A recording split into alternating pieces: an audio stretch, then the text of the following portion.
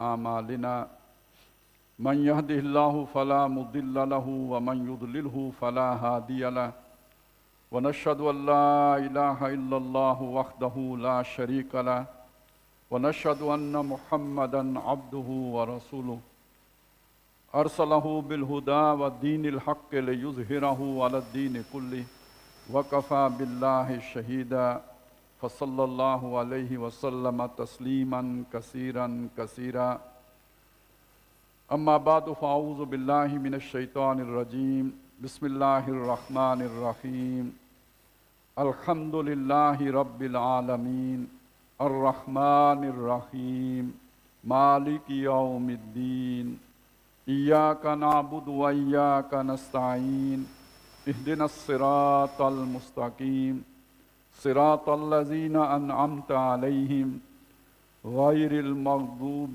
عليهم ولا الضالين آمين رب اشرح لي صدري ويسر لي أمري واحلل عقدة من لساني يفقهوا قولي اللهم وفقنا لما تحب وترضى اللهم أرنا الحق حقا وارزقنا اتباعه وأرنا الباطل باطلا وارزقنا اجتنابه آمین یا رب العالمین۔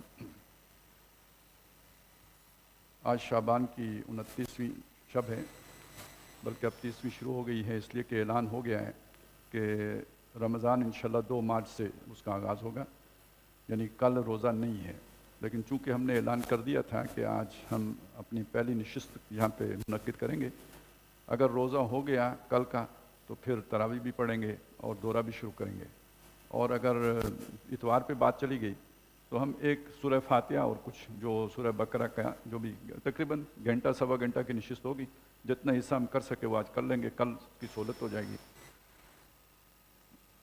سال پہلے تقریباً ہم نے سورۃ الناس پہ جا کے اختتام کیا تھا اسی حال میں، آج اللہ نے توفیق دی اور ہم دوبارہ آغاز کر رہے ہیں سورہ فاتحہ سے، تو زندگی گھوم کے پھر وہاں دوبارہ آن پہنچی ہے، یعنی رمضان بھی دوبارہ آ گیا ہے اور ہم بھی لوٹ کے واپس اسی حال میں دوبارہ پہنچ گئے ہیں۔ اللہ کا شکر ہے، اللہ توفیق عطا فرمائے کہ یہ مشکل سر ہو اور ہم پھر ایک دفعہ سورۃ الناس پہ جا کے اختتام کر سکیں، تکمیل کر سکیں۔ سورہ فاتحہ سے قرآن مجید کا آغاز ہوتا ہے، افتتاحی صورت ہے، کھولنے والی ہے، یعنی آغاز کرنے والی ہے، افتتاحیہ ہے یہ، اور یہ قرآن مجید کی پہلی صورت ہے جو نازل ہوئی ہے۔ تھوڑا سا میں یہ چیز آپ کے سامنے رکھوں کہ ایک مصحف کی ترتیب ہے، یعنی جس میں سورہ فاتحہ سب سے پہلے ہمارے سامنے ہے اور ترتیب نزولی میں بھی سب سے پہلے نازل ہوئی ہے، لیکن اس کے بعد جو 4 صورتیں آ رہی ہیں، سورہ بقرہ ہے، سورہ آل عمران ہے، سورہ نساء ہے اور سورہ مائدہ ہے، یہ مدینہ میں نازل ہوئی ہیں، اور ان سے پہلے تقریباً 20 پارے قرآن مجید نازل ہو چکا ہے، 2/3 قرآن اس سے پہلے نازل ہو چکا ہے، اور نبی صلی اللہ علیہ وسلم پر جو یہ تقریباً مدنی دور کے جو ابتدائی 5 سال ہیں، یعنی نصف اول میں یہ صورتیں نازل ہوئی ہیں، تو اس سے پہلے آپ سمجھ سکتے ہیں کہ یعنی مکی قرآن سارے کا سارا نازل ہو چکا ہوا ہے۔ تو جب ہم سورہ فاتحہ پڑھتے ہیں تو یہ اس کا اور سورہ بقرہ کے درمیان یہاں ایک صفحے کا فرق بھی نہیں ہے، ایک صفحے پہ ایک ہے تو دوسرے صفحے پہ دوسری شروع ہو جاتی ہے، لیکن ترتیب زمانی کے اعتبار سے دیکھیں تو ان کے درمیان لگ بھگ 13 سے 15 سال کا فرق ہے، تو اس کو ذہن میں ضرور رکھا کریں۔ ایک ترتیب نزولی ہے اور ایک ترتیب مصحف ہے، یہ جو کتاب کی ترتیب ہے یہ اور ہے اور نزول کی ترتیب اور ہے، لیکن سورہ فاتحہ وہ منفرد صورت ہے کہ جو نزولی ترتیب میں بھی اول ہے اور مصحف کی ترتیب میں بھی اول ہے، یہ اس کی ایک خاصیت ہمارے سامنے آئی۔ بعض روایات سے معلوم ہوتا ہے کہ نماز پوری کی پوری در حقیقت سورہ فاتحہ ہی نماز ہے، یا باقی نماز کے جتنے بھی وہ ہیں وہ سورہ فاتحہ کے آداب سمجھ لیں، ارکان جتنے بھی ہیں نماز کے وہ گویا سورہ فاتحہ ہی کے آداب ہیں، بالفاظ دیگر سورہ فاتحہ ہی نماز ہے، اصل صلاۃ جو ہے وہ سورہ فاتحہ ہے۔ یہ جو اس کا مضمون ہے یہ دعائیہ ہے، یعنی ایک جو جس کے دل میں خوف خدا ہو، جسے اللہ نے حکمت عطا کی ہو، وہ شخص اللہ سے دعا مانگ رہا ہے، یہ اس کا انداز ہے، لیکن یہ دعا سکھائی کس نے؟ یہ اللہ نے۔ تو یہ بات ذرا تھوڑی سی سمجھ لیجئے کہ ایک آدمی کے ذہن میں کبھی کوئی خیال آتا ہے لیکن اس خیال کے اظہار کے لیے الفاظ نہیں ملتے، تو ہم کہتے بھی ہیں کہ مجھے اپنے جذبات کے اظہار کے لیے الفاظ نہیں مل رہے کہ میں اپنے خیالات کا اظہار کیسے کروں، تو ایسی کیفیت انسان پر طاری ہوتی ہے کہ واقعتاً اسے الفاظ نہیں مل رہے ہوتے کہ جن الفاظ میں وہ اپنی اس کیفیت کا اظہار کر سکے۔ اس کی سب سے نمایاں مثال جو ہے حضرت آدم علیہ السلام سے جب غلطی ہو گئی، وہ دانہ کھا لیا، تو اس کے بعد جب وہ توبہ کرنا چاہتے تھے، نادم تھے، شرمندگی تھی، تو الفاظ ان کے جذبات کی عکاسی کے لیے اللہ نے القاء کیے ہیں، جو وہ انہوں نے پڑھا ربنا ظلمنا انفسنا وان لم تغفر لنا وترحمنا لنکونن من الخاسرین. تو یہ جاری تو حضرت آدم علیہ السلام کی زبان سے ہوئے، لیکن یہ عطا اللہ نے انہیں کی ہے کہ ان الفاظ میں اپنے لیے آپ معافی مانگو. تو جذبات ان کے تھے. بالکل اسی طرح ایک ایسا شخص جسے ہم اولو الالباب کہتے ہیں، یعنی وہ لوگ جنہیں قرآن عقل مند مانتا ہے، ان کے دل کے جو جذبات ہیں ان کی ترجمانی سورہ فاتحہ میں کی گئی ہے. یہ اولو الالباب کے لفظ کو بھی سمجھ لیں. لب کہتے ہیں گری کو، یعنی جیسے کسی بیج کے اندر جو گری ہوتی ہے، بادام کے اندر گری ہے، وہ اس کا لب ہے. انسان کا وہ لب اس کی عقل ہے. اس لب کی جمع الباب ہے، یعنی گری والے، یعنی عقل والے، مغز والے، اور یعنی وہ لوگ کہ جنہیں ہم عقل مندوں میں شمار کر سکتے ہیں. ہم یہ دیکھتے ہیں دنیا میں، ہمارا مشاہدہ ہے کہ بہت ہی عقل مند لوگ وہ ہوتے ہیں کہ جو دنیا داری میں سب سے آگے ہوتے ہیں. ہم سمجھتے بھی ہیں بہت سیانے لوگ ہیں، انہیں بہت ہی جو ہے نا جہاں دیدہ آدمی سمجھا جاتا ہے، لیکن دین کی الف بے کا ان کو پتہ نہیں ہوتا. تو کیا قرآن ان کو عقل مند مانتا ہے؟ نہیں مانتا. قرآن کا جو عقل مند کا لفظ ہے یا اولو الالباب کے الفاظ ہیں، یہ اس کی اپنی ایک جو ہے وہ اصطلاح ہے، اور یہ در حقیقت کن لوگوں کے لیے آئی ہے. اگر خود قرآن مجید ہی کے الفاظ سے ہم اس بات کو سمجھنا چاہیں تو اللہ تعالیٰ نے اسے سورہ کاف میں کے آخری رکوع میں بیان کیا ہے، ان فی ذالک لذکریٰ لمن کان لہ قلب او القی السمع وہو شہید، جس میں یہ دو کیفیات ہوں. وہ پہلی بات تو یہ ہے کہ اس کا دل ہو، اور دوسری بات یہ ہے کہ وہ کان لگا کے سنتا ہو، توجہ سے، توجہ مرتکز کر کے بات کو سننے والا ہو، گواہ ہوتے ہوئے، یعنی پوری طرح اپنی توجہ کو فوکس کر کے سننے والا ہو. تو جو یہ وہ اولو الالباب ہیں جو قرآن مجید جن کو خطاب کرتا ہے. اب یہ دل سے مراد کیا ہے؟ یہ دل سے مراد یہ ہے کہ یوں سمجھ لیجئے کہ انسان کے اندر باطن میں اللہ تعالیٰ نے ایک اپنے پیغام کو سمجھنے والی صلاحیت اس کے اندر ودیت کی ہے. آپ اسے یہ بھی کہہ سکتے ہیں ایک چپ لگا دی ہے، آپ اسے یہ بھی کہہ سکتے ہیں کہ ایک سافٹ ویئر انسٹال کیا ہے جو اللہ کے پیغام کو ریسیو کرتا ہے، ریسیپینٹ ہے اللہ کے اس پیغام کا. ایک ڈیوائس ہے جو ہمارے اندر موجود ہے جو اللہ کے پیغام کو سمجھ سکتی ہے، وہ انسانی روح ہے. وَنَفَخْتُ فِيهِ مِن رُوحِي، یہ کلام بھی اللہ کے پاس سے آیا، وہ روح بھی اللہ کے پاس سے آئی، تو وہ اللہ کے پیغام کو سمجھتی ہے. تو جس کے سینے میں وہ روح موجود ہو، زندہ، اللہ نے ودیت کی ہو، پہلی بات یہ ہے. اور نمبر دو یہ کہ وہ مر نہ گئی ہو، پرورٹ نہ ہو گئی ہے، کرپٹ نہ ہو گئی ہو، وہ اپنی اصل پر قائم ہو. تو یہ چیز اگر اس کے اندر ہوگی تو اسے یہ وحی کی باتیں سمجھ میں آئیں گی، یہ حقائق اس کے سامنے منکشف ہوں گے. اور اگر یہ دل ہی نہیں ہے تو پھر کم از کم یہ بات ہو، اور یہ دل ہے لیکن یہ کہ اس کے اوپر کچھ نہ کچھ آلودگی آ گئی ہے، وہ گہنا گیا ہے، اس کو زنگ لگ گیا ہے. تو اب اس کا علاج یہ ہے کہ جب اللہ کا کلام سنا جائے تو توجہ رکھی جائے، القسم، کان لگا کے سنا جائے اور پوری توجہ اس کو دی جائے. تو اس کے نتیجے میں وہ دل کی صلاحیت عود کراتی ہے، لوٹ آتی ہے، وہ اثر نو اس کے اندر ایک جلاب کی کیفیت پیدا ہو جاتی ہے. وہ جو نبی صلی اللہ علیہ وسلم سے پوچھا گیا کہ اگر یہ دل کو زنگ لگ جائے تو دور کیسے کریں، ما جلاؤہا یا رسول اللہ، تو آپ صلی اللہ علیہ وسلم نے فرمایا کثرت ذکر الموت و تلاوت القرآن، موت کو بکثرت یاد رکھنا اور قرآن مجید کی تلاوت کرنا دل کے زنگ کو صاف کر دیتا ہے. تو یہ جو دوسری چیز ہے یہ اگر ہو جائے گی تو دل زندہ ہو جائے گا. دل اگر زندہ ہو جائے، لِيُنذِرَ مَنْ كَانَ حَيًّا، تاکہ خبردار کر دے اس کو کہ جو زندہ ہے، یعنی جس کو جو دل زندہ رکھتا ہے، تو جس کا دل زندہ ہو جائے اس کے لیے یہ کلام جو ہے بہت پر اثر ہے، پر تاثیر ہے، اسے یہ سمجھ میں آتی ہے. یہ ایسے، اور یہ کلام تو اس کا تو وہ متلاشی ہوتا ہے، یہ تو اس کے اپنے دلی جذبات کا اظہار ہوتا ہے. یہ ہے وہ شے کہ جو جسے ہم کہتے ہیں کہ قرآن اولو الالباب کو مخاطب کرتا ہے. تو اولو الالباب سے مراد جو ہے یہ نہیں کہ جن کے پاس کوئی بہت بڑی بڑی ڈگریاں ہوں، دنیا کے اعتبار سے بڑے سمجھدار اور کائیاں ہوں، مراد یہ نہیں ہے، بلکہ مراد یہ ہے کہ بے شک سادہ لوگ ہوں، بے شک دنیا کی انہیں اتنی سمجھ نہ ہو، لیکن یہ کہ وہ جو اللہ تعالیٰ نے ان کے اندر ایک خاص صلاحیت اپنے کلام کو سمجھنے کی ودیت کی تھی وہ زندہ سلامت موجود ہو. وہ صلاحیت کہیں گھینا نہ گئی ہو، وہ صلاحیت کہیں مر نہ گئی ہو، کہیں وہ زنگ آلود نہ ہو گئی ہو، کہیں کرپٹ نہ ہو گیا ہو وہ سافٹ ویئر، وہ اپنی حالت پہ برقرار ہو تو بات سمجھ میں آ سکتی ہے. تو قرآن مجید جو شے ہمیں سمجھاتے ہیں اس کے اعتبار سے جو بھی انسانوں کی تقسیم ہے وہ بڑی تقسیم یہی ہے. دو قومیں ہیں، ایک وہ ہیں کہ جو اللہ کی بات کو مانتے ہیں، اللہ پر ایمان رکھتے ہیں، آخرت کو مانتے ہیں، اور وہ دوسرے وہ ہیں کہ جو ان کا انکار کرتے ہیں، قولی کریں یا عملی کریں، یہ ایک دوسری طرح کے لوگ ہیں. وہی ہے جس نے تمہیں پیدا کیا، والذی خلقکم فمنکم کافر ومنکم مومن، جس نے تمہیں پیدا کیا تم میں سے کچھ وہ ہیں جو کافر ہیں اور کچھ وہ ہیں جو مومن ہیں، بس یہ بڑی تقسیم ہے۔ تو سورہ فاتحہ در حقیقت ان لوگوں کی ترجمانی کر رہی ہے کہ جو مومن ہیں، جو دل زندہ رکھتے ہیں، ان کی ترجمانی کر رہی ہے۔ اب اس میں جتنی بھی اس جو تفصیلات ہیں وہ کئی دفعہ ہر دفعہ دورہ ترجمہ قرآن میں بیان ہوتی رہتی ہیں، میں آج بس ایک نئے طور پر آپ کے سامنے یہ بات رکھ دی ہے، اب ہم اس کا ترجمہ کر لیتے ہیں۔ الحمدللہ رب العالمین، سب تعریفیں اس اللہ کے لیے ہیں جو سارے جہانوں کا رب ہے۔ سب تعریفیں اللہ کے لیے ہیں، یعنی یہ کہ اللہ تعالیٰ ہی کو سزاوار ہیں۔ اللہ یہ جو یعنی بہت سی مخلوقات ہے اس کی اپنی تعریف بھی ہے، لیکن یہ کہ وہ تعریف بھی بالواسطہ اللہ تعالیٰ ہی کی تعریف ہوگی کہ اس کو وہ صلاحیت اللہ ہی نے ودیت کی ہے۔ تو سب تعریفیں اللہ کے لیے ہیں، اور اللہ کا جو پہلا وصف بیان ہوا ہے وہ کیا ہے کہ وہ رب ہے، اور رب کے معنی کیا ہیں؟ پالن ہار ہے، نشو و نما دینے والا ہے، بڑھوتری دینے والا ہے، پروان چڑھانے والا ہے، حفاظت کرنے والا ہے، مالک ہے، اور سب سے بڑھ کر یہ کہ مختار کل ہے، بادشاہ ہیں، سب اس کے غلام ہیں، تابع فرمان ہیں، یہ سب رب کے معنی میں شامل ہے۔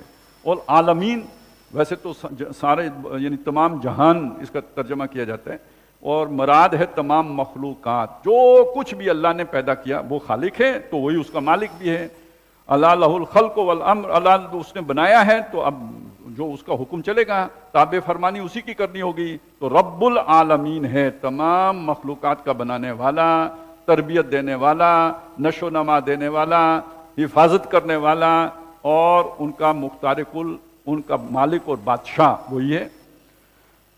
بادشاہ کے لفظ کے ساتھ عام طور پہ ہمارے ذہنوں میں ایک جبر کی کیفیت لازمی آتی ہے، ملوکیت، کاٹ کھانے والی ملوکیت، اور بادشاہ اور اس کے چشم ابرو سے جو ہے کہ اشارے سے جو کسی کی گردن اڑ جاتی ہے، یہی کچھ نظر میں آتا ہے۔ ہمارا مشاہدہ بادشاہ کے بارے میں یہ ہے، لیکن یہ کہ وہ جو رب العالمین ہے اس کا جو وصف یہاں پہ بیان ہوا وہ یہ ہے کہ وہ الرحمن اور الرحیم ہے، نہایت مہربان ہے اور بہت رحم کرنے والا ہے۔ یہ دونوں صیغے جو ہیں رحم سے بنے ہیں اور دونوں کے اندر مبالغہ پایا جاتا ہے، اگرچہ کہ رحمان کے اندر مبالغہ زیادہ ہے، لیکن اہم بات یہ ہے کہ وہ جو رحمت ہے اللہ کی، رحمان کے لفظ میں گویا وہ ایک اس کے اندر طوفان کی سی کیفیت ہے، جیسے ٹھاٹھے مارتا سمندر ہو اس طرح کی کیفیت ہے۔ اور چونکہ طوفان کی کیفیت کا ہمارا مشاہدہ یہ ہے کہ طوفان جب چڑھتا ہے تو اتر بھی جاتا ہے، زور کی آندھی آتی ہے تو پھر یعنی کہ اس کی رفتار گھٹ بھی جاتی ہے، بارش برستی ہے بہت تیز تو رک بھی جاتی ہے۔ یہ ہمارا مشاہدہ ہے طوفان کے بارے میں کہ وہ اس میں دوام نہیں ہوتا، تسلسل نہیں ہوتا، وہ چڑھتا ہے اور پھر تھم جاتا ہے۔ زور کی بارش ہوتی ہے تو زور کا پانی آتا ہے، لیکن یہ کہ جب بارش رکتی ہے تو پانی بھی رک جاتا ہے، مسلسل وہ جو ہے نا زور کی بارش نہیں ہوتی۔ تو اس انسان کے اس مشاہدے کی وجہ سے کہیں یہ نہ سمجھ لیا جائے کہ اللہ تعالیٰ کی وہ رحمت جو جوش میں آئی ہے وہ وقتی ہے اور اس کے بعد یہ جوش اتر جائے گا۔ الرحیم کا لفظ یہ بتاتا ہے کہ نہیں، وہ اسی جوش پر برقرار رہتی ہے، اس میں کبھی کمی نہیں ہوتی، وہ کبھی اس جو طوفان کی کیفیت کے اندر کوئی جو ہے نا وہ کمی نہیں آتی، اس میں کوئی زوال نہیں آتا، بلکہ اسی پر برقرار رہتی ہے۔ یہ اصل میں رحیم کا لفظ اس رحمان کی جو وصف ہے، یعنی رحمت پورے جوش پر ہے اور جوبن پر ہے، تو رحیم کا لفظ یہ بتاتا ہے کہ اسی پر برقرار رہتی ہے، کم نہیں ہوتی۔ مالک یوم الدین، وہ بدلے کے دن کا مالک ہے، یعنی اب یہاں مالک کے معنی اس میں بھی مالک تو وہ آج بھی ہے، اور بدلے کے دن کے مالک کا مطلب پھر کیا ہوگا؟ اس دن کسی اور کے پاس کوئی اختیار نہیں ہوگا۔ آج اس نے انسانوں کو تھوڑا بہت اختیار دیا ہے۔ آج کوئی فرعون کہہ سکتا ہے کہ لمن الملک اليوم، آج بادشاہی کس کی؟ نہیں، یہ میری بادشاہی ہے۔ الیس لی ملک مصر، کیا میرے لیے مصر کی بادشاہی نہیں ہے؟ آج کوئی فرعون یہ کہہ سکتا ہے، لیکن اس دن اللہ ہی ہے جو کہے گا کہ آج بادشاہی کس کی ہے؟ للہ الواحد القہار۔ تو اس دن وہ بادشاہی اللہ اکیلے کی ہوگی، جو سب پر چھایا ہوا ہوگا، اسی کی بادشاہی ہوگی۔ تو اس میں اصل میں جو بتایا جا رہا ہے کہ سب اس کے قابو میں ہوں گے، سب اس کی گرفت میں ہوں گے، سب اس کی پکڑ میں ہوں گے، اور وہ اس دن عدل فرمائے گا۔ بادشاہ ہے، مالک ہے، تو وہ عدل کرے گا اس دن، سب کے درمیان انصاف کے ساتھ فیصلے کر دیے جائیں گے۔ وَقُضِيَ الْأَمْرُ بِالْحَقِّ، اور فیصلہ کر دیا جائے گا انصاف کے ساتھ، پورے حق کے ساتھ، کسی کے ساتھ کوئی زیادتی نہیں ہوگی۔ وَلَا يَظْلِمُ رَبُّكَ أَحَدًا، تیرا رب کسی کے ساتھ زیادتی نہیں کرے گا، سب کے ساتھ عدل ہوگا، انصاف کر دیا جائے گا۔ تو گویا اس مالک ہونے کا تعلق جو ہے اوپر جو رب العالمین آیا تھا اس کے ساتھ ہے. اللہ نے ساری مخلوقات بنائی ہے، اس میں سے انسان کو اللہ نے دنیا میں اختیار دیا ہے، یہاں اسے بھیجا ہے امتحان کے لیے. وہ جو بدلے کا دن ہے اس دن اس امتحان کا فیصلہ ہو جائے گا، پاس ہوا فیل ہوا. اور اس عدالت میں نہ کسی کی سفارش چلے گی، نہ کسی کی دھونس دھاندلی چلے گی، نہ کسی کی رشوت چلے گی، نہ کسی سے کوئی بدلہ وصول کیا جائے گا، بلکہ یہ کہ پورے عدل کے ساتھ اس دن فیصلہ کر دیا جائے گا. اب یہ ہے ایک تعارف، مختصر ترین تعارف جو اللہ تعالیٰ کا قرآن مجید کرا رہا ہے. دیکھیں معرفت بڑی اہم شے ہے، اللہ کی معرفت ہونی چاہیے، لیکن یہ معرفت ہمیں کیسے حاصل ہوگی؟ اللہ کی پہچان ہمیں کہاں سے ملے گی؟ یہ کہیں کھو میں گھس کے کسی پتھر پر توجہ فوکس کرنے سے تو اللہ کی معرفت حاصل نہیں ہو سکتی. یہ کہیں درختوں کے جھنڈ میں بیٹھ کے تو اللہ کی معرفت تو حاصل نہیں ہو سکتی. اللہ کی معرفت حاصل ہوگی اللہ کے اپنے کلام سے. اللہ خود اپنا تعارف پیش کر رہا ہے، وہ خود بتا رہا ہے میں کیا ہوں، میری صفات کیا ہیں، میری قدرت کیا ہے، میرا کمال کیا ہے. جب وہ خود بتا رہا ہے تو اس پہ غور و فکر کریں، آپ کو اللہ کی معرفت حاصل ہوگی. تو یہ جو پہلی 3 آیات ہیں، 4 آیات، اس میں اللہ تعالیٰ کی ایک پہچان ہے جو کرا دی گئی ہے.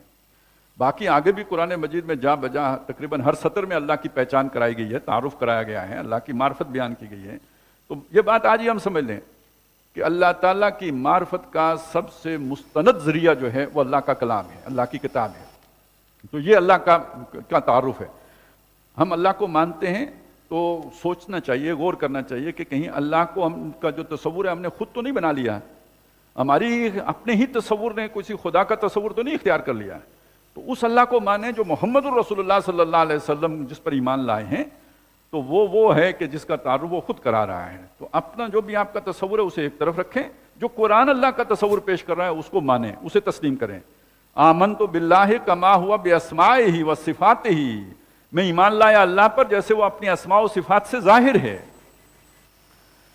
تو یہاں تک تو اللہ کا تعارف ہو گیا. اب اس سے اگلی بات کیا ہے کہ اس کا نتیجہ کیا نکلنا چاہیے، اس کا عملی تقاضا کیا ہے. انسان اگر یہ اللہ کو مان لے جو یہ 4 آیات میں آیا ہے، تو اس کے بعد اب انسان کا طرز عمل کیا ہونا چاہیے. اب وہ آزاد انسان ہوگا جیسے باقی انسان ہیں، جیسے دنیا کے باقی جنہیں ہم کہتے ہیں کہ بڑے سیانے لوگ ہیں، تو وہ ان کا ماٹو کیا ہے دنیا کے اس وقت جو جس دنیا میں اور آپ رہ رہے ہیں، اس دنیا میں سب سے سیانے لوگوں کا، عقل مند لوگوں کا، انٹلیکچوئل لوگ جو بازو میں خیش انٹلیکچوئل کہلاتے ہیں، ان لوگوں کا دنیا کے بارے میں تصور کیا ہے. دیکھیں جس کے پاس مال ہوگا اس کا تصور یہ ہے کہ میرا مال میری مرضی. جس کے پاس اقتدار ہوگا اس کا تصور یہ ہوگا کہ میرا ملک میری مرضی. ابھی میں نے آپ کو فرعون کی بات سنائی تھی. اور جس کے پاس ملک بھی نہیں، مال بھی نہیں، تو اس کے پاس جو بچا وہ کیا ہے، یہ انگلیاں تو میری ہیں نا، یہ ہاتھ تو میرا ہے نا، یہ جسم تو میرا ہے، تو میرا جسم میری مرضی. اب آپ کو سمجھ آیا؟ تو پھر رب کون ہوا؟ گویا انسان خود اپنا رب بن بیٹھا ہے. اگر رب اللہ کو مانا ہے تو پھر اگلی بات سمجھ لیں، ایاک نعبد، ہم تیری ہی عبادت کرتے ہیں. یا یہ کہ اگر آپ اس کا ترجمہ کریں تو بندگی کرتے ہیں، جو فارسی کا لفظ ہے. یا اگر ہم اس کو جو ہے نا اپنی زبان میں بیان کریں تو غلامی کرتے ہیں. رب اسے مان لیا تو ہم کون ہیں؟ غلام ہیں. مالک وہ ہے، آقا وہ ہے، ماسٹر وہ ہے، اور ہم سلیو ہیں، ہم اس کے غلام ہیں. تو اس کا مطلب ہے اپنے آپ کو غلامی کی سطح پر رکھا تو اسے رب مانا، اور اگر اپنی مرضی چلائی تو پھر اس کو تو رب نہیں مانا، پھر تو آپ نے اپنی خواہشوں کو اپنا رب بنا لیا ہے. افرأیت من اتخذ الہہ ہواہ، آپ نے اس شخص کو دیکھا جس نے اپنی خواہش نفسی کو اپنا الہ بنا کے رکھا ہوا ہے. یہ ہے وہ چیز جسے سمجھنے کی ضرورت ہے کہ ایاک نعبد و ایاک نستعین جو ہے، ایاک نعبد ہم تیری ہی عبادت کرتے ہیں، بندگی کرتے ہیں، غلامی کرتے ہیں. یہ نتیجہ ہے اللہ کو رب ماننے کا. اور اگر یہ کیفیت نہیں ہے، غلامی مکمل نہیں ہے، یا غلامی کے اندر ڈنڈی ماری جا رہی ہے، جیسے آگے ہم پڑھ لیں گے، تو اس سے پھر یہ مطلب نکلا کہ آپ نے رب نہیں مانا. کیونکہ رب ماننے کا مطلب ہے ٹوٹل اوبیڈینس، اطاعت کلی، ہر حکم ماننا پڑے گا، تب آپ غلام ہیں.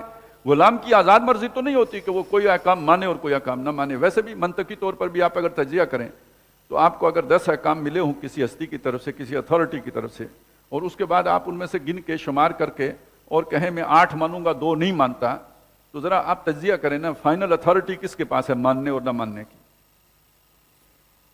اس کی اتھارٹی تو نہیں رہی. اگر اتھارٹی اس کے پاس ہے جس نے 10 احکام دیے تھے تو آپ کو 10 کے 10 ماننے ہوں گے. لیکن اگر آپ کہتے ہیں نہیں میں دیکھوں گا ان میں سے کون سے ماننے والا ہے کون سا ماننے والا نہیں ہے، اور کون سا مان سکتا ہوں اور کون سا نہیں مان سکتا، تو اس کا مطلب اختیار تو آپ کے پاس ہے، آپ نے اسے رب نہیں مانا ہے۔ تو اگر رب مانا ہے تو پھر یہ اس کا لازمی نتیجہ ہے، تیری ہی بندگی کرتے ہیں۔ اب یہ غلامی یا بندگی کا مطلب کیا ہے؟ کیونکہ یہ ہمارے الفاظ ہیں، ان کے اندر کچھ خامی بھی ہے، نقص بھی ہے۔ تو سب سے بڑا نقص یہ ہے کہ جب غلامی جو کی جاتی ہے مجبوراً کی جاتی ہے۔ کوئی آدمی خوشی سے کسی کا غلام نہیں بنتا۔ ہاں کسی سے بہت زیادہ محبت ہو جائے، کوئی لیلا مجنو والی کہانی بن جائے تو اس میں کسی کی بات جو ہے نا وہ خوشی سے مانی جاتی ہے، وہ ایک علیحدہ مسئلہ ہے۔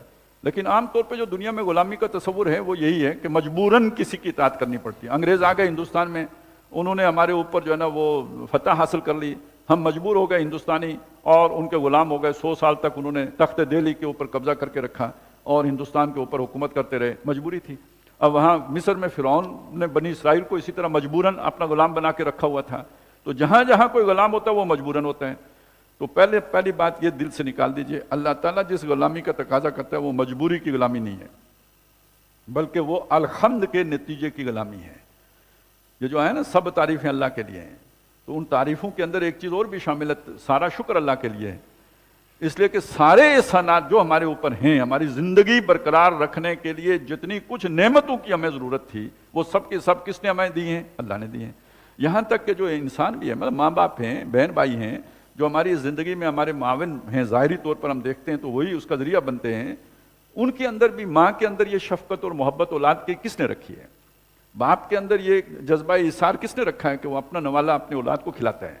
یہ در حقیقت اللہ تعالیٰ ہی کا احسان ہے کہ اس نے انسانوں کے اندر یہ کیفیات رکھی ہیں۔ تو آخری احسان کس کا؟ سب سے بڑا احسان کس کا؟ اللہ کا۔ تو وہ اس کا شکر، اس کا تقاضا کیا ہے؟ ہم اپنی مرضی سے، اپنی خوشی سے اس اللہ کی محبت میں یا اس کی شکر گزاری کے جذبے کے تحت اپنی گردن اس کے احکام کے تابع کرتے ہیں، اس کے آگے سر طاعت خم کرتے ہیں۔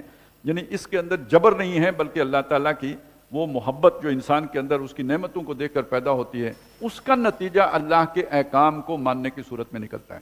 یعنی یہاں پہ وہ غلامی جبر کی نہیں بلکہ اپنی مرضی سے، گویا میرا جسم میری مرضی سے اللہ کا غلام، میری اپنی مرضی بھی اللہ کی مرضی کے تابع، کیونکہ وہ میرا محسن ہے، منعم ہے، اسی نے مجھ پر یہ احسانات کیے ہیں، یہ سب کچھ مجھے اس نے دے رکھا ہے، تو میرا سب کچھ اس کا۔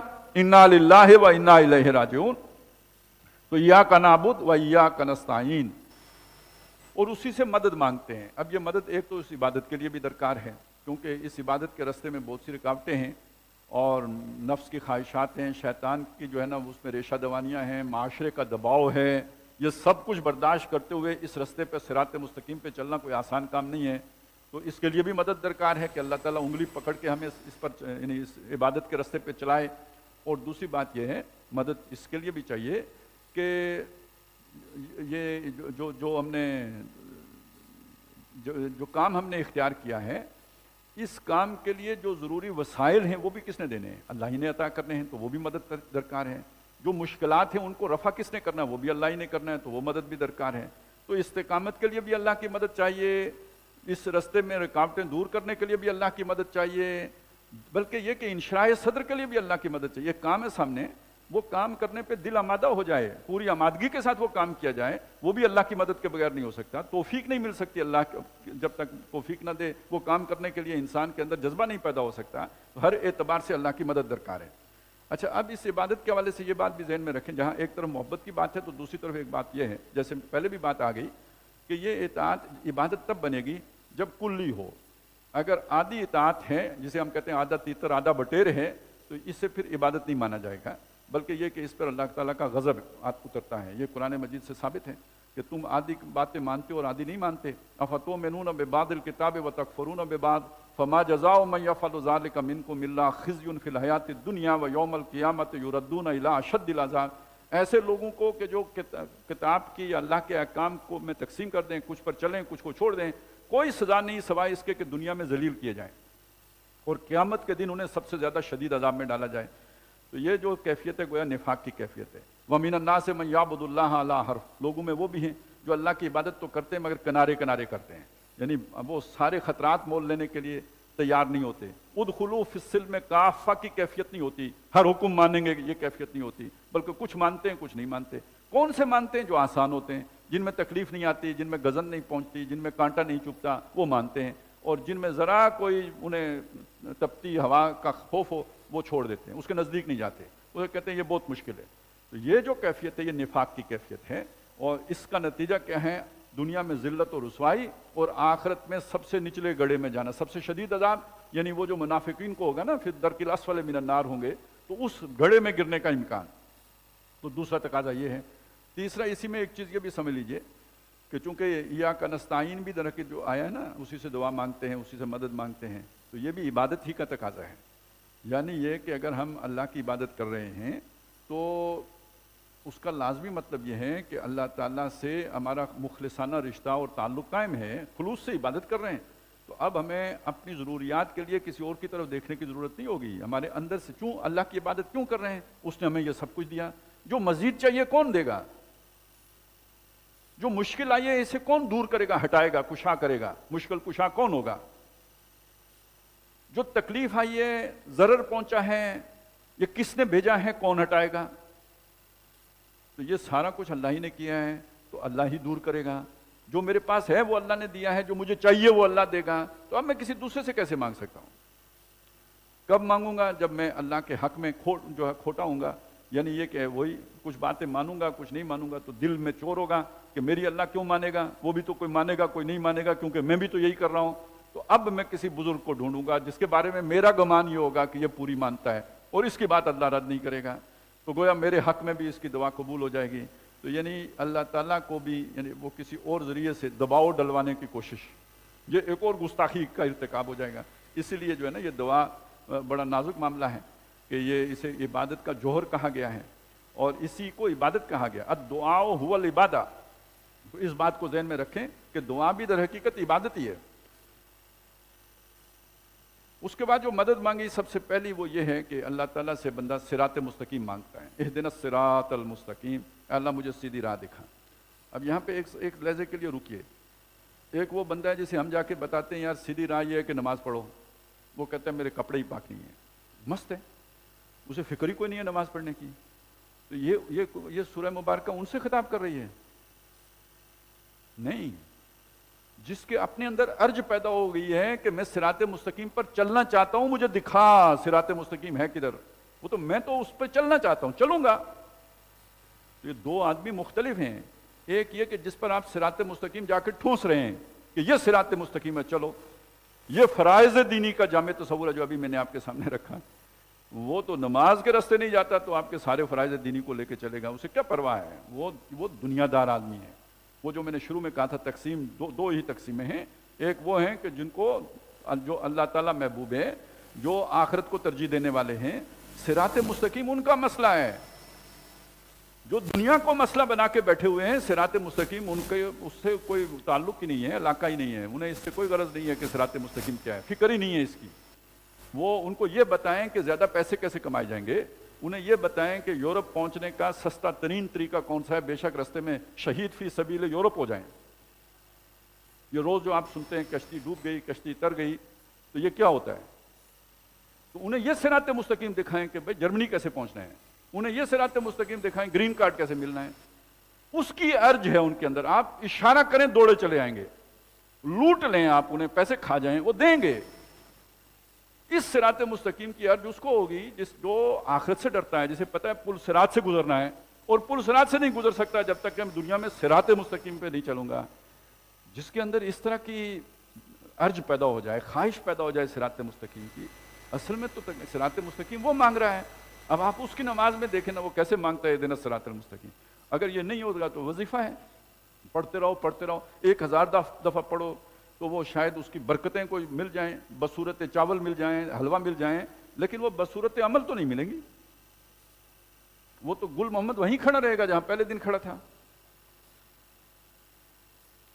تو اللہ ہمیں صراط مستقیم دکھا، صراط مستقیم پر چلنے کی توفیق عطا فرما، چلا رکاوٹیں دور فرما، اس کے اوپر ہمیں گامزن کر دے۔ اس کے بعد اس صراط مستقیم کی تھوڑی وضاحت آئی ہے کہ یہ ہے کیا؟ یہ ہے جس صراط الذین انعمت علیہم، یعنی یہ ان لوگوں کا رستہ ہے جن پر اللہ تو نے انعام کیا ہے۔ کون سے لوگ ہیں؟ یہ نبی ہیں، اللہ نے ان پر انعام کیا ہے، یہ صدیقین ہیں، شہداء ہیں، صالحین ہیں، یہ وہ لوگ ہیں کہ جن پر اللہ نے انعام کیا. یہ اب ذرا ان کی زندگیوں کا ایک جائزہ تو لے لینا. کیا انعام کیا اللہ نے؟ انہیں کوئی فرعون جیسا اقتدار دیا، یا یہ کہ کوئی قارون جیسی دولت دی؟ اللہ نے ہدایت دی، اور اس کے نتیجے میں ہوا کیا؟ کسی کا صبر ایوب مشہور ہے، کسی کا جو ہے نا وہ جہاد و قتال میں اپنا جو ہے نا سارا کچھ نچھاور کرنا، کسی نے بیٹا ذبح کیا ہے، کسی نے آگ میں چھلانگ لگائی ہے. انعام یہ ہے جی. اگر یہ ساری باتیں آپ کو عجیب لگیں تو پھر صراط مستقیم کی ڈیمانڈ نہیں ہے آپ کے اندر. یہ صراط مستقیم ہے. آگے آ جائے گا یہ سارا. وَلَنَبْلُوَنَّكُمْ بِشَيْءٍ مِّنَ الْخَوْفِ وَالْجُوعِ وَنَقْصٍ مِّنَ الْأَمْوَالِ وَالْأَنفُسِ وَالثَّمَرَاتِ وَبَشِّرِ الصَّابِرِينَ. اس سب پر صبر کرنے والوں کو خوشخبری دے دیجئے، وہ صراط مستقیم پر چل رہے ہیں. وَالْعَصْرِ إِنَّ الْإِنسَانَ لَفِي خُسْرٍ إِلَّا الَّذِينَ آمَنُوا وَعَمِلُوا الصَّالِحَاتِ وَتَوَاصَوْا بِالْحَقِّ وَتَوَاصَوْا بِالصَّبْرِ. یہ صراط مستقیم کے سنگھائے میل ہیں: ایمان، عمل صالح، تواصی بالحق، تواصی بالصبر. یہ منعم علیہم لوگوں کا رستہ ہے. اللہ ان لوگوں کے رستے پر ہمیں بھی چلا. تو یعنی صراط مستقیم وہ رستہ کہ جن لوگوں پر، ان لوگوں کا رستہ کہ جن پر تیرا انعام ہوا. غیر المغضوب علیہم، ان پر تیرا غضب نہیں ہوا. ولضالین، وہ گمراہ نہیں ہوئے، سیدھی راہ پر رہے. گمراہ جن کی راہ بھٹک گئی ہو، یا راہ سے جو بھٹک گئے ہوں. اور اس کے مقابلے میں راہ یاب وہ لوگ کہ جو اس رستے پہ چلے ہوں، مشکلات برداشت کی ہوں، تکلیفیں برداشت کی ہوں، قربانیاں دی ہوں، آخرت کو ترجیح دی ہو. یہ وہ لوگ ہیں کہ جو منعم علیہم ہیں. ان پر اللہ تیرا غضب نہیں ہوا بلکہ تیرا احسان ہوا. یہ گمراہ نہیں ہوئے بلکہ تو نے انہیں راہ یاب کیا. باقی یہ کہ گمراہ جو ہوئے ہیں وہ کون ہیں؟ وہ تو وہی ہیں جن کو اللہ تعالیٰ نے پہلے راہ دکھائی تھی، بعد میں گم کر بیٹھے. غضب کن پر ہوا؟ غضب وہ ان پر ہوا کہ جنہیں راہ آج بھی معلوم ہے کہ صحیح رستہ کون سا ہے، پھر بھی الٹے رستے پر چلتے ہیں. ان پر اللہ کا غضب ہوا. آگے ان کی مثالیں آ جائیں گی. اصل میں یہ ذہن میں رکھیں، یہ سورہ فاتحہ جو ہے نا، یہ افتتاحیہ اس معنی میں ہے کہ یوں سمجھے کہ سورہ بقرہ میں آگے جو مضمون آ رہا ہے اس کے اہم نکات اس سورہ مبارکہ میں آ گئے ہیں. یہ صراط مستقیم والے کون ہیں؟ اب یہ آپ دیکھیں گے سورہ بقرہ میں ان کا ایک نقشہ ہے. پہلے رکوع میں ہی آ جائے گا نصف اول میں کہ یہ صراط مستقیم والے ہیں. پھر وہاں رکے گا نہیں، پھر آگے چلے گا. بلکہ سورہ بقرہ کا جو نصف آخر ہے، یہ تقریباً 19ویں رکوع سے آپ شروع کریں آخر تک چلے جائیں تو وہ صراط مستقیم کا ایک ابتدائی خاکہ ہے جو دے دیا گیا ہے. سورہ آل عمران کے آخری 10 رکوعوں میں ان کی قربانیوں کا ایک نقشہ ہے جو پیش کر دیا گیا ہے غزوہ احد کے تناظر میں. یہ صراط مستقیم ہے. اس طرح کی قربانیاں ہیں جو لوگوں نے دی ہیں. 70 شہید ہوئے ہیں. اس کے بعد بھی ولا تہنوا ولا تحزنوا وانتم الاعلون پہ گامزن رہے ہیں. اور وہ کتنے ہیں جو نبی جن کے ساتھ قاتل معہ ربیون کثیر، اور فما وہنوا وما، وہ ان پر کوئی وہ نہ وہ سست پڑے، نہ انہوں نے کوئی اس پر جو ہے نا اللہ کی راہ میں پس و پیش کیا، اور یہ کہ وہ اللہ کی راہ میں لڑے. یہ لوگ ہیں کہ جو صراط مستقیم پر گامزن. یہ سورہ آل عمران کے آخری 10 رکوع میں آپ کو مل جائے گا. سورہ نساء، سورہ مائدہ میں جو شریعت دی گئی ہے، شریعت کا کیا مطلب ہے؟ وہ رستہ جس پر یعنی جس پر چلنا ہے، تو وہی تو صراط مستقیم ہے. اس کی تکمیل ان 2 صورتوں میں ہوئی ہے. مغضوب علیہم کون ہے؟ ویسے تو ابو جہل بھی مغضوب، اس پر بھی اللہ کا غضب ہے. وہ مکے میں گزر گئے. تو سورہ بقرہ کے پہلے رکوع کے دوسرے حصے میں انہی لوگوں کا ذکر آ گیا. ان الذین کفروا سواء علیہم انذرتہم ام لم تنذرہم لا یؤمنون. لیکن یہ کہ خاص طور پر جن لوگوں کا ذکر ہے وہ کون ہے؟ وہ یہودی ہیں جنہیں صحیح رستہ معلوم ہے. یعرفونہ کما یعرفون ابناءہم. معلوم ہونے کے بعد بھی، اور من و سلوہ کے مقابلے میں جو ہے نا وہ ترکاریاں اور یہ سبزیاں ان کو ترجیح دینے والے بھی. اتستبدلون الذی هو ادنی بالذی هو خیر اہبطوا مصرا فإن لکم ما سألتم وضربت علیہم الذلۃ والمسکنۃ وباؤوا بغضب من اللہ. اللہ کا غضب کما کے لوٹے. کیوں؟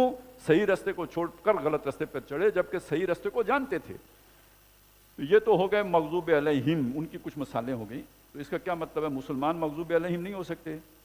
اگر یہودیوں کا طریقہ اختیار کریں گے تو یہ بھی انہی میں پھر اسی غضب کا شکار ہو جائیں گے.